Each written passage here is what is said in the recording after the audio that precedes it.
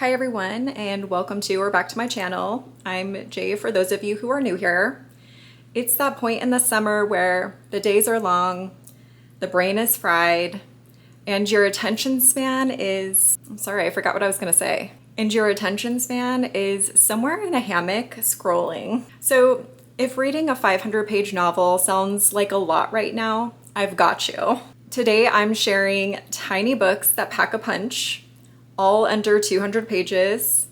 Some of them are emotional, some are strange and unsettling, and a few are just beautifully written little gems. These are perfect if you want to finish something in one sitting or toss a slim paperback into your beach bag, or just feel like you actually completed a book this month. I'm also sharing a few books that I haven't read yet, but that I plan to get to this summer, so stay tuned for those at the end. And of course, I'd love to hear your favorite short but powerful reads in the comments, so definitely drop those below for everyone. Okay, let me start with the two that mean the most to me, both by Richard Bach. Okay, so the first one is Illusions. This one is 192 pages. I'll just cat hair. Quick disclaimer, I'm going off my physical copies for page count, but I did notice that on Amazon some of the page counts differed, even if it was for the same edition. So going by what my physical books are, this is 192 pages. If I had to pick just one book that inspired me to write, it is Illusions. I first read it about 15 years ago and it blew my mind at the time. I didn't think that I would get sucked into a story about barnstormers flying biplanes over cornfields, but by the end I was in tears. The line between fiction and reality never felt thinner. This book is all about personal freedom, belief, and the strange, beautiful nature of being human. And somehow it's also a page turner. If you're open to something a little metaphysical, this one is unforgettable. Next, I want to talk about another one by Richard Bach, coming in at 91 pages, and that is Jonathan Livingston Seagull. My greasy little fingerprints are all over this book. I can see it in the camera. I have read this one a couple times. This one is super short, and it is about not being limited by the expectations of others, about flying higher and faster and in your own way. It is a beautifully simple book with a huge heart, the kind of story that reminds you that the world is bigger than your current experience and that being true to yourself is the most important thing. This really is such a great uplifting read that I would recommend reading it to your kids, reading it to a loved one that maybe is going through a hard time. It's just really that good and that inspirational. Okay, this next one is quite possibly the most underrated book I have on this list, and that is The Employees by Olga Raun. Set on a spaceship, it's told through reports and memos from the crew, some human, some humanoid. But what it's really about is what it means to work, to be human, to grieve, to long for connection. It's eerie, funny, melancholy, and strange in the best way.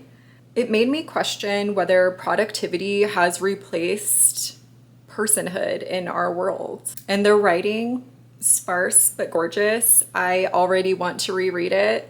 And in fact, I don't tab a lot, but I actually tabbed this one quite a bit. I'm not sure if you can see that. It really, really blew me away. It was so good. Next up is Assembly by Natasha Brown.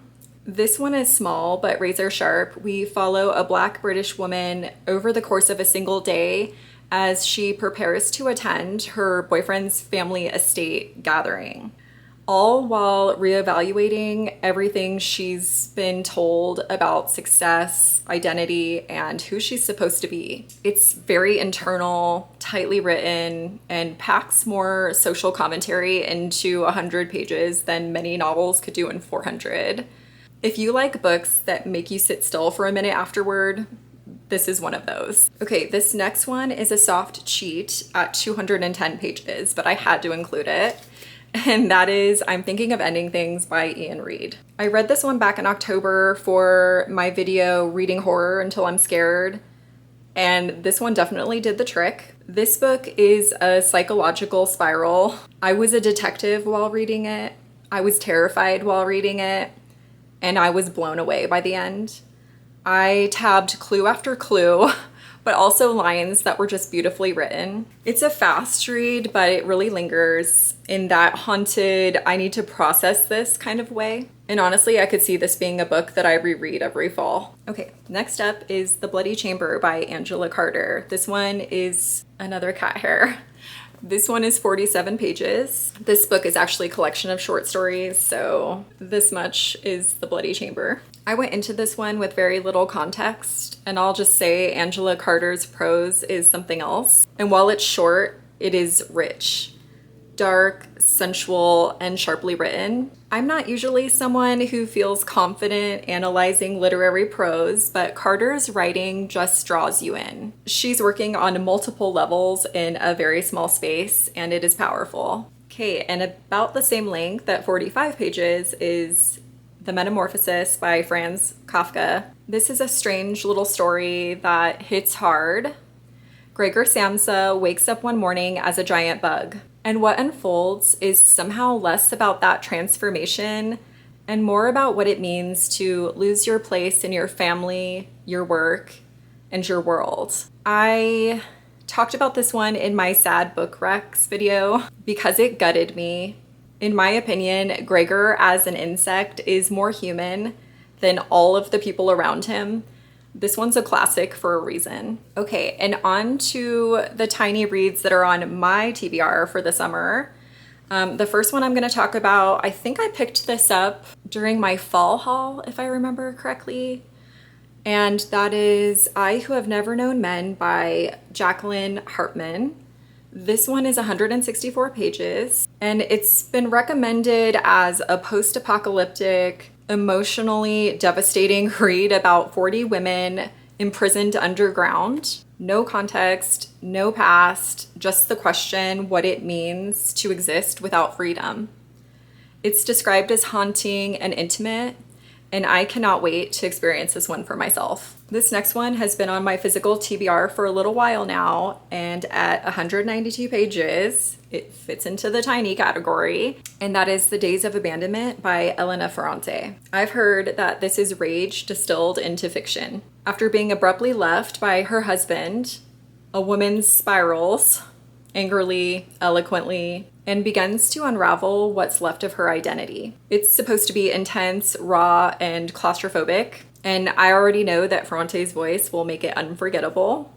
Definitely looking forward to this one. Okay, this next one is 62 pages, and that is Diving into the Wreck by Adrienne Rich. This is a slim volume of poetry that explores what is forgotten, lost, or hidden. And I believe it's supposed to be about reclaiming what's been lost or buried, whether that's stories, selves, or languages. I have not started in on this collection yet, but I can already feel like it's going to be a quiet gut punch in the best way. This one's definitely high on my summer list, and absolutely this could be finished in one sitting. Okay, another one that I want to get read this summer is Season of Migration to the North by Tayeb Salih. This one is 169 pages, and it is a classic of post-colonial literature that follows a Sudanese man's return home after studying in Europe and the chilling story that he hears from another man who went before him. It's supposed to be lyrical and deeply layered,